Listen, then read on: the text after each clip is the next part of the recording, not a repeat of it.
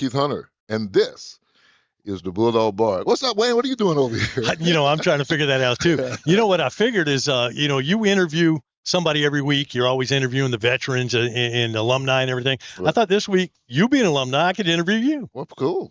All right. Definitely. It's Keith Hunter on the Bulldog Bar, class of 1984. Wow. Yeah.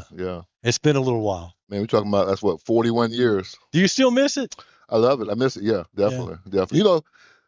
Every now and then I'll have a dream about a game we played where we didn't make the right play and we lost the game. Sometimes that comes up 40 years later. It's crazy. Yeah. It does in different sports. You think back about not only football but baseball and some of the plays or what could have been but those memories will always be here. You can't take that away. And I tell those kids today, same thing. Yeah. A great play today could be a dog blast. That's right. Could be 40 years later. You never know. If you could think back to your playing days, is there one play in particular that kind of stands out? Or one game even? Yeah, one game. Probably the East Side game. Okay. And East Side had come in here. This was my junior year, actually, now. All right. And East Side had come in. They had been on a pretty good winning record.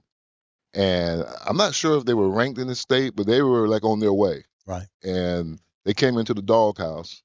Coach Branch was our coach at the time. And, Coach Branch recently passed. Rest in peace, Coach. And he was our coach. And throughout the year, Cedric Jones and we had kind of rotated at quarterback. Okay. But after we lost to Santa Fe, Coach Branch said, look, we're going to change the offense up. Keith, for the rest of the year, you're going to be quarterback. CJ is going to be the fullback. Okay. And Warren Sheffield is going to be the 3-back.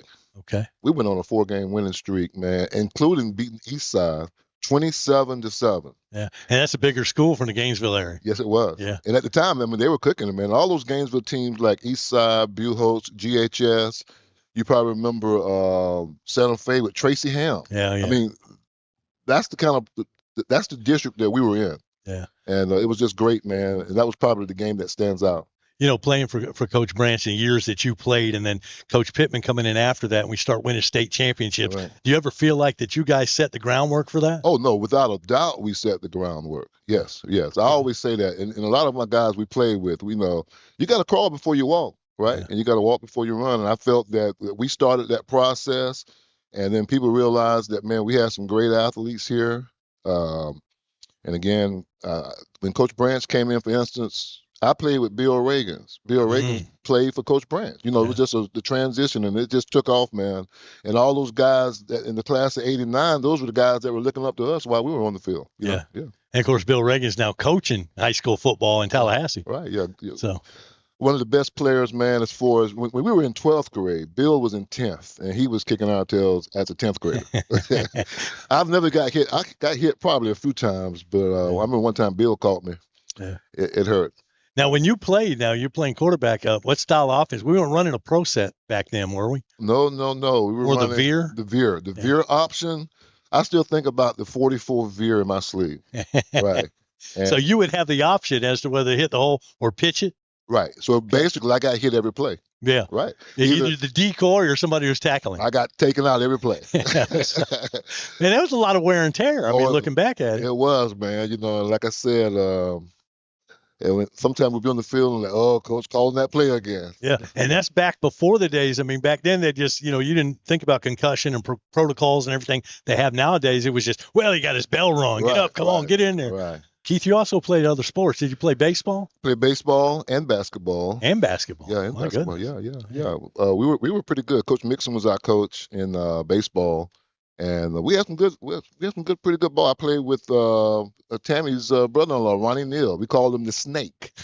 Yeah, and we had some good players, man. C.J. Jones, again, played baseball, third baseman, and he was good. Tyson Johnson was an excellent baseball player, man. And we had Mike Martinez. We had some good ball players, yeah. I also played basketball as well. I played point guard. I was Coach Cato was my coach then. Right. Yeah, man, we had a lot of great players. Even came before me, like the Mike Jones and the late Keith Cherry and Bruce Perry, even Mike Perry, my classmate. Man, we had it rolling pretty good in all sports. If you could pick one sport, I mean, I know that's hard to do, but what would have been your favorite? It's different things. I probably was better and baseball. That was just my natural sport. I remember playing softball with you back in the 80s, early 90s. You were pretty good. Yeah. Well, like I said, that was pretty much a natural sport.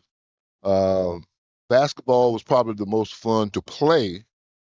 And then the Friday night lights on football with the crowd interaction, you can't beat that in the football. No, that's true. I mean, as far as excitement, nothing like Friday night under the lights. Man, I'm telling you, it was great. And then especially if you walk out there with a wind, man, and then you see that crowd's going crazy and those horns are going off. Yeah, so I would say the football atmosphere, that you can't beat it. You can't beat it. And now you're living in Jacksonville, but you still get a thrill when the green and white watching them on River Country or being back for a home game once in a while? Oh, without a doubt, man. And last year, that was great because last year I would be watching the game. I worked on Friday. Like, look, man, I'm going home. I'm tired.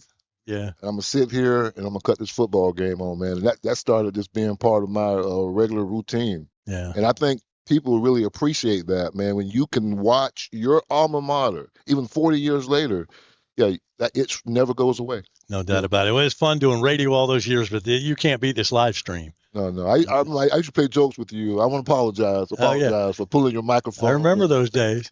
I'd be on the air. This is back when we were spinning records and, be talking and all of a sudden you just come up behind me and pull the headphone out. And then you did that to me a bunch of times. I got you back one day. Yeah. It was on a Sunday. I pulled the headphone out and you turned around and said, "What are you doing, man?" Hey, this guy remember the actual day. I can't believe it, man. Wow. It's funny looking back at it now. Right, we had some good times, no doubt about it. But hey, and I appreciate what you've done for River Country, continuing the tradition from radio and now doing the bark on the stream. Yeah, it's awesome, man. You and I have been doing this Bulldog bark thing for probably since the late 80s, early 90s. Yeah. I know it. I saw, even like Thaddeus Bullard. I remember interviewing him for the Bulldog Bark, and now he's big time famous guy. Titus O'Neil. He's on TV and everything, So it's awesome, man. He's a super guy. I see him down in the Tampa area. Right. My son sees him every once in a while. They went to school and every now and again, and he's still just down to earth, great guy. Yeah, not just him, but a lot of players, man. It's just awesome, man, to be able to talk to former players, former friends, even the new guys. It's awesome, man. It's awesome. All right, Keith, we're out of time. I'm going to let you do the wrap up. All right. Well, Wayne, I want to thank you for stepping in and talking football as always. And I'm just thankful to be here and able to talk about some of our experiences that I had. Kind of weird being on the other side of it, isn't it? It's awesome, though, man.